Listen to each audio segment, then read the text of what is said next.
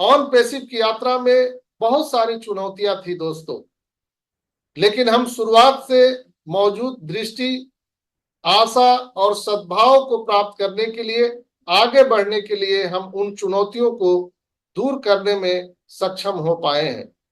Mister S ने इस बात पर जोर दिया कि उनकी यात्रा में जिन चुनौतियों का सामना करना पड़ा, उसके बावजूद वो दूरदर्शिता, आशा और सद्भावना प्राप्त करने के लिए आगे बढ़ने और उन पर काबू पाने के लिए वो दृढ़ निश्चय है।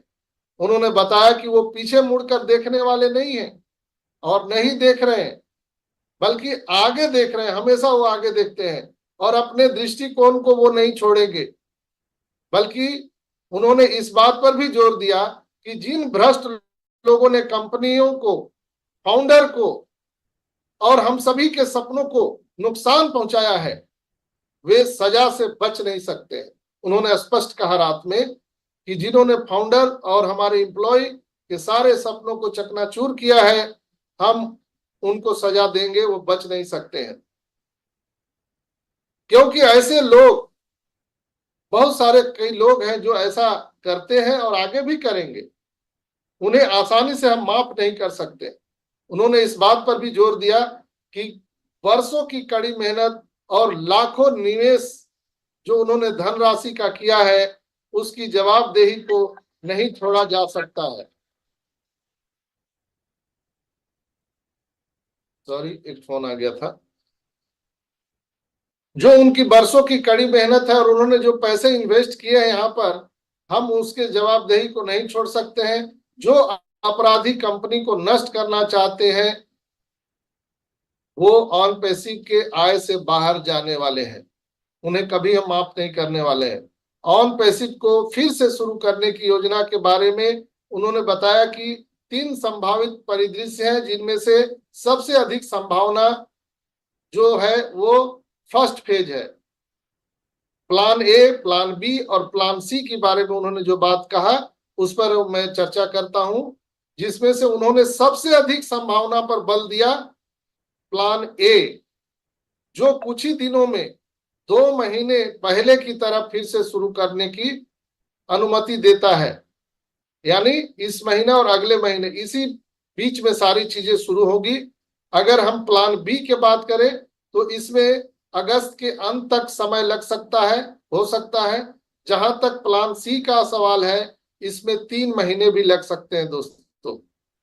इन्होंने जोर देकर कहा कि जो हमारा प्लान ए, बी को प्राप्त करने की कड़ी मेहनत कर रहे हैं, उस पर वो बिल्कुल ही अपने अंडर कंट्रोल में सारी चीजों को कर लिए हैं। उन्होंने बताया कि मौजूदा चुनौतियों के बावजूद वह चीजों को सकारात्मक रूप से देखना चाहते हैं और भविष्य को आशावाद के साथ देखते हैं, क्योंकि उन्होंने आने वाले हफ्तों और महीनों में आगे बढ़ने के लिए स्पष्ट कदम उठाने पर बल दिया।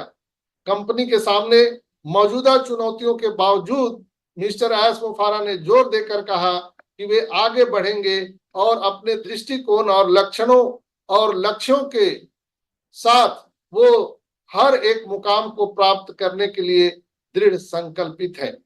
उन्होंने बताया कि वह पीछे मुड़कर नहीं देखेंगे, बल्कि भविष्य की ओर देखते हैं दोस्तों। तो ये थे उनके मुख्य सारांश जो उन्होंने बातें कही है। इसके साथ ही साथ उन्होंने बहुत सारी बातों पर बल दिया दोस्तों, और उसमें से हम एक कह सकते हैं कि बहुत जल्द जो है वो जो हम लोगों को डेडलाइन था वो मिल गया है दोस्तों। उन्होंने कहा यह क्या हो सकता है। उन्होंने सबसे कुछ बड़ा होने की बात कही। उन्होंने कहा कि कुछ बड़ा होने वाला है, इसे मैं महसूस कर सकता हूं और हम सब की जिज्ञासा, प्रत्याशा बढ़ रही है और हम सब की उत्साह आज दुगनी हो चुकी है। कुछ बड़ा होने वाला है, इसका हम लोग महसूस कर सकते हैं। यह क्या हो सकता है? मानव विकास का एक नया युग का आरंभ होने जा रहा है। मिस्टर एस ने स्पष्ट कहा कि मानव विकास के एक नए युग का आरंभ होने जा रहा है। यह क्रांतिकारी टेक्नोलॉजी चेतना का एक गहरा बदलाव, चेंज लेकर के आ रहा है दोस्तों।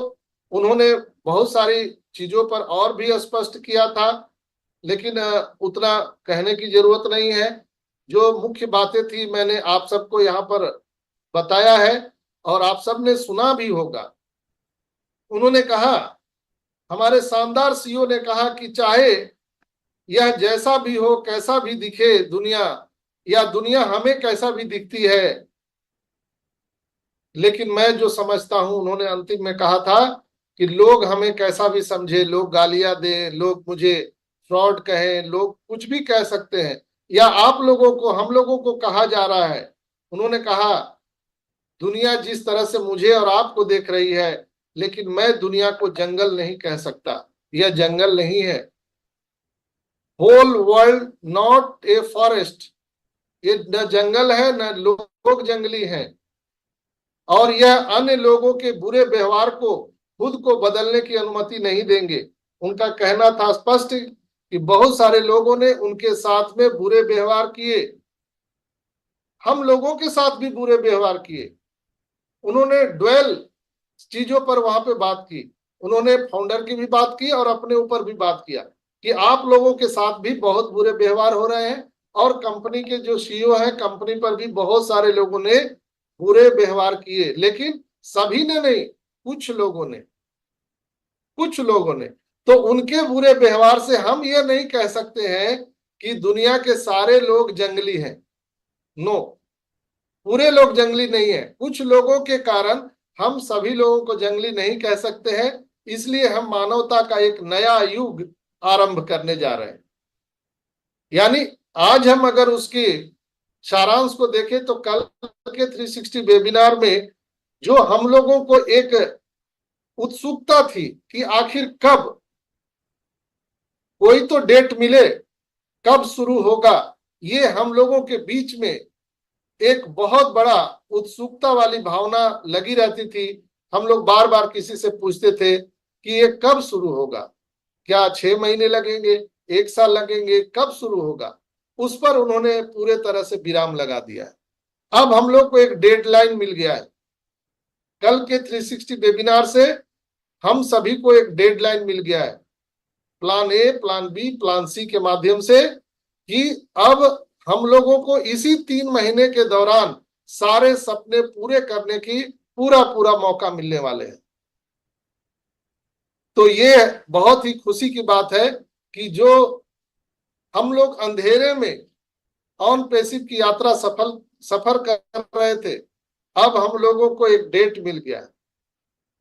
तो बहुत ही खुशी की बात है कि सब कुछ ठीक रहा तो इसी महीने के अंत तक, अगस्त के लास्ट तक, हम लोगों को अपना ओईएस मिल जाएगा और वो सारे प्रोडक्ट मिल जाएंगे। नहीं तो नेक्स्ट मंथ तो जरूर मिलेगा। और बहुत कुछ अगर उथल पुथल हुआ तो हम अगले 3 महीने में इसे हर हाल में चालू करेंगे। तो ये डेडलाइन मिल गया हम लोगों को।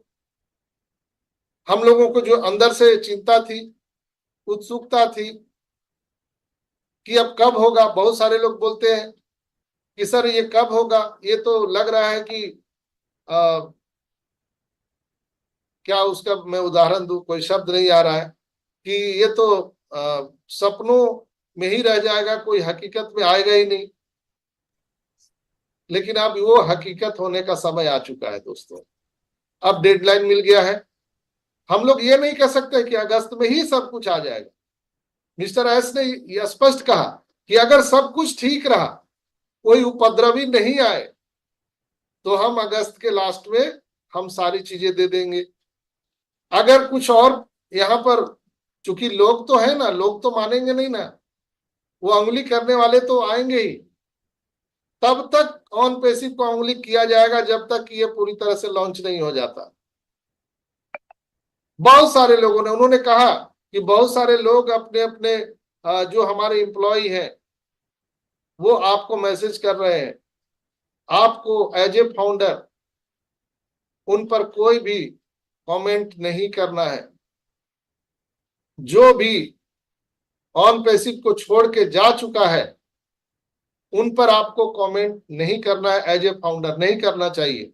आप व्यक्तिगत उनसे अगर दोस्ती है तो करिए।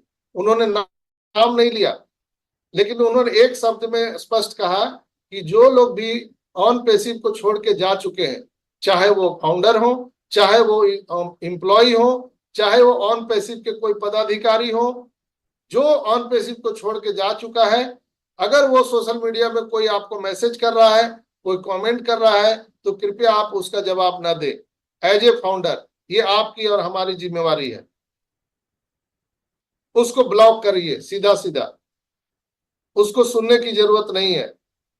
जो हमारा परिवार छोड़ के चला गया उससे हमारी क्या मतलब, कोई लेना देना नहीं है, हम उसको क्यों बढ़ावा देंगे।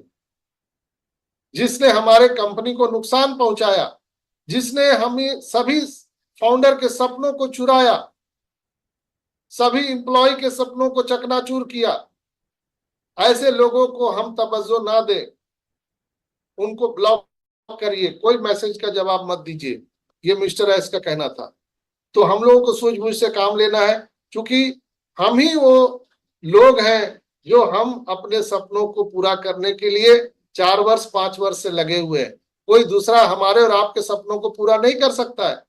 और ऑन पैसिव ही एकमात्र रास्ता है जहां पर हम सारे सपनों को पूरा कर सकते हैं दोस्तों, दूसरा कोई रास्ता नहीं है।